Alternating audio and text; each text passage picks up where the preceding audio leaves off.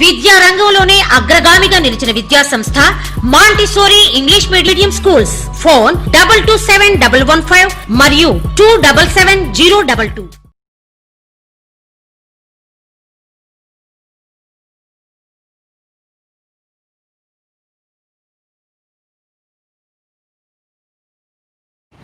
Hello, welcome to our 5th video.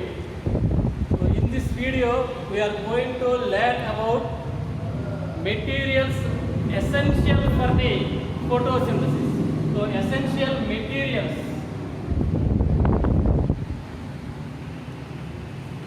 What are the materials essential for photosynthesis? So in this chapter we are going to learn about the materials essential for the photosynthesis. What you think would be the materials essential for photosynthesis to form carbohydrate? So can anyone say what are the materials required to form carbohydrates during the process of photosynthesis? Over 300 years there are number of scientists are tried to know about the materials which are involved in the process of photosynthesis.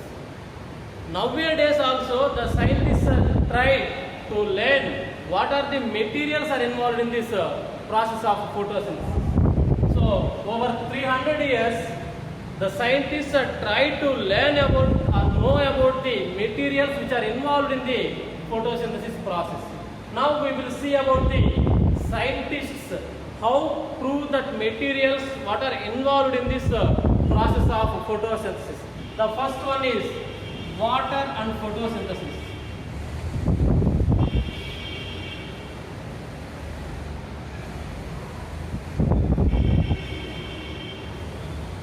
So I think in previous class we learned about that water is essential for the process of photosynthesis. So why water is essential for the process of photosynthesis? So we are going to learn about the whether the water is useful or water is participate in the photosynthesis part or not.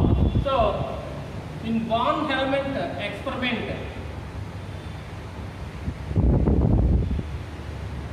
I think in class 7th we studied a lesson name that is nutrition in plants.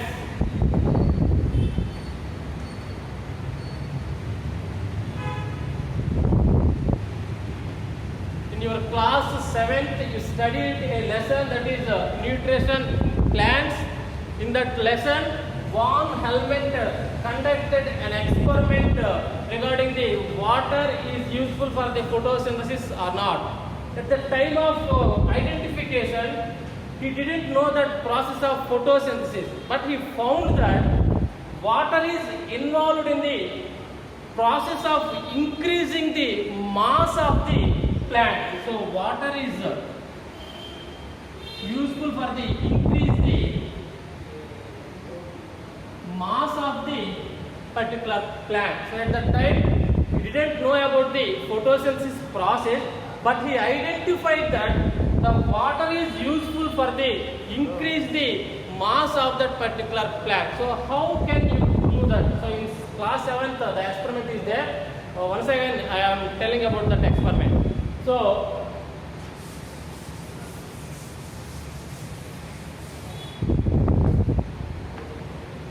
in this experiment he used to take a willow plant. It is a kind of plant. We take a plant, that plant name is willow plant, and he weighed the plant. And he weighted the plant. And he used to take some soil.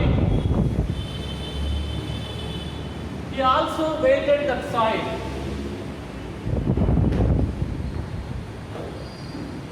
After that, he planted the willow plant in the soil. He planted the willow plant in soil and he poured everyday water to that particular plant over 5 years.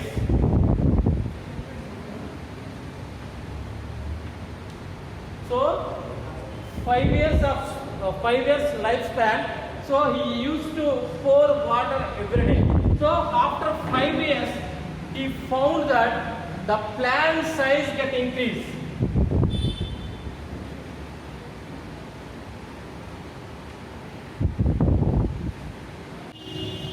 So after 5 years, the plant size get increased 68 kgs. Initially it is 1 kg, so after that it is 68 kgs. So he get wondered how it is possible. So he again also weighted the soil.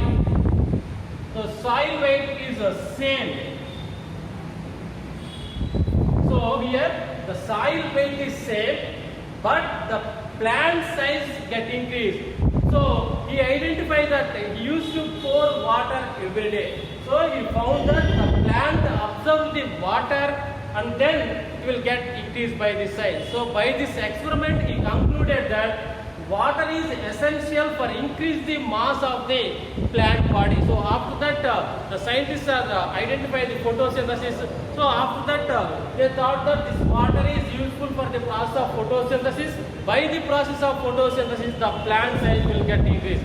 So this is about the information about the Von Helmont given regarding the water and photosynthesis.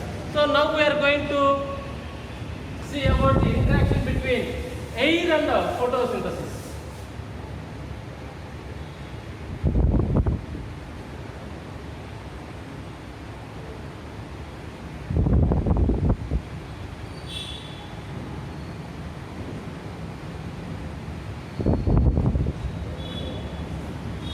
Now we are going to see about the air and photosynthesis.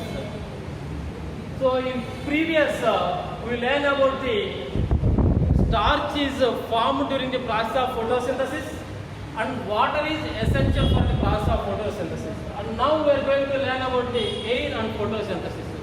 So this is very important because depending upon this experiment only, the process of photosynthesis or the materials which are involved in the photosynthesis is increase the study of this photosynthesis. So now we are going to learn about the air and photosynthesis. So Joseph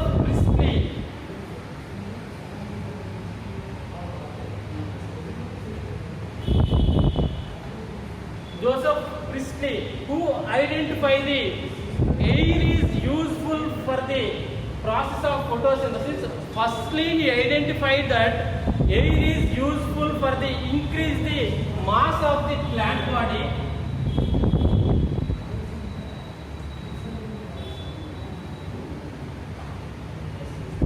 So first of all, the Joseph Priestley identified that air is useful for the increase the mass of the plant body. So his lifespan is 1733 to 1804, and he identified in 1770 air is useful for the increase the mass of the plant body.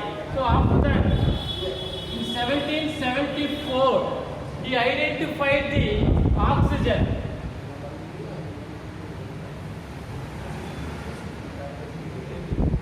He identified the oxygen. In 1775 Lavoisier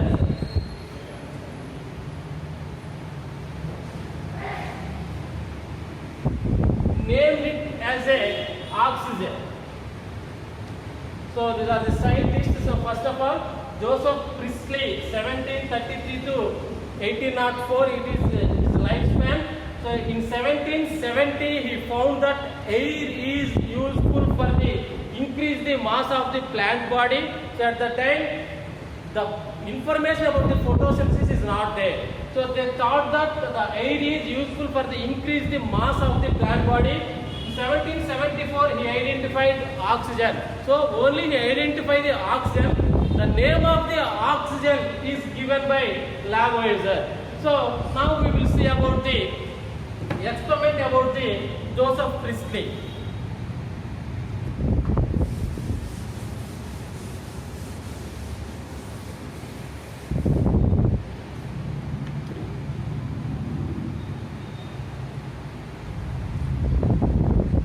For this experiment, so he used to take a burning candle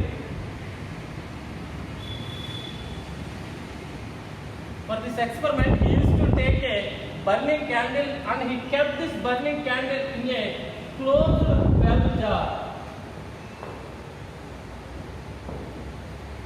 So he used to take a candle, burning candle, and he kept it in a closed valve jar. After few minutes, the burning candle get extinguished. So first one is Joseph Priestley kept a burning candle in a closed bell jar. After few minutes, the candle get extinguished. After that, he kept a mouse in a closed bell jar.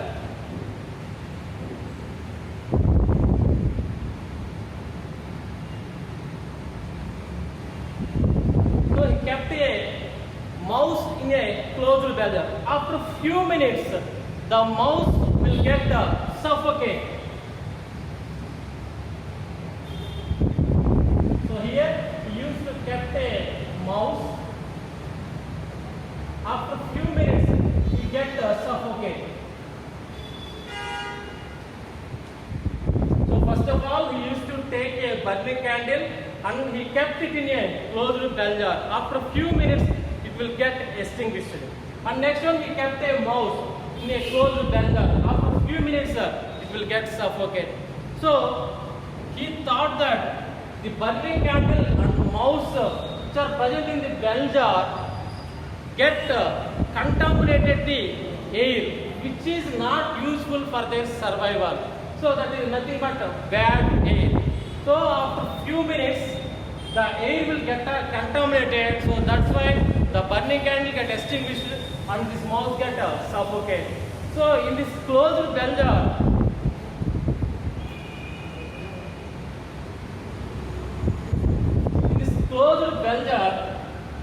he used to kept a mint plant.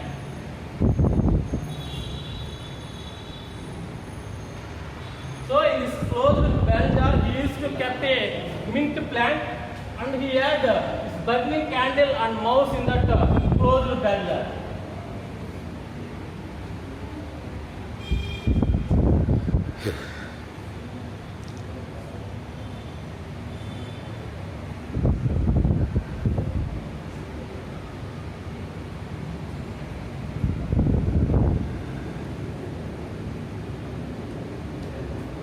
So in this closed bell jar, he used to kept a mint plant and he used to kept a mouse and a burning candle.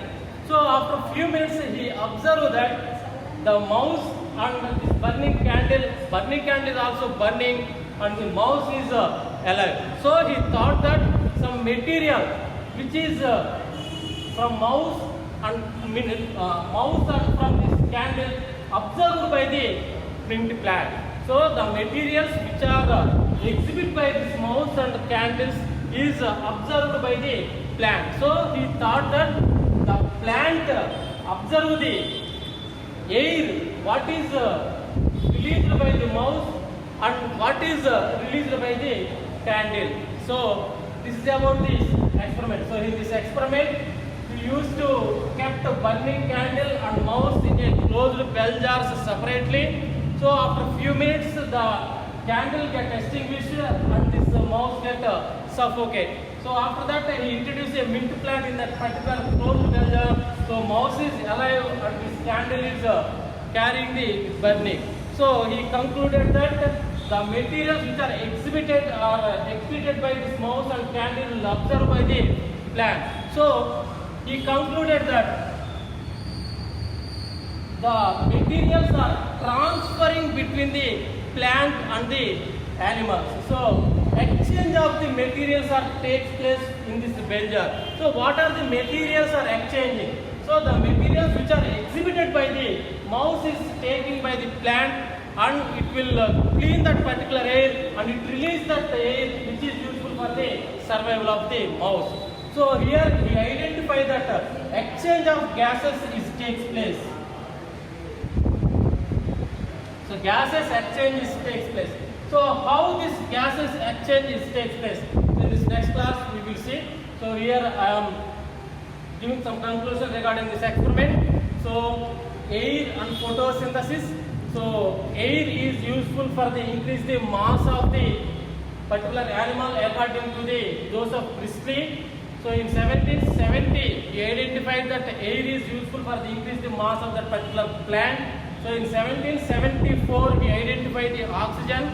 Lavoisier named it as an oxygen. So in this experiment, so burning candle and mouse are kept in a closed bell jar. So soon after that the burning candle will get extinguished, whereas the mouse will get suffocated. So after that he kept a big plant in that particular closed bell jar. So both are in good condition. So according to this experiment he concluded that gases exchanges takes place between this plant and animals.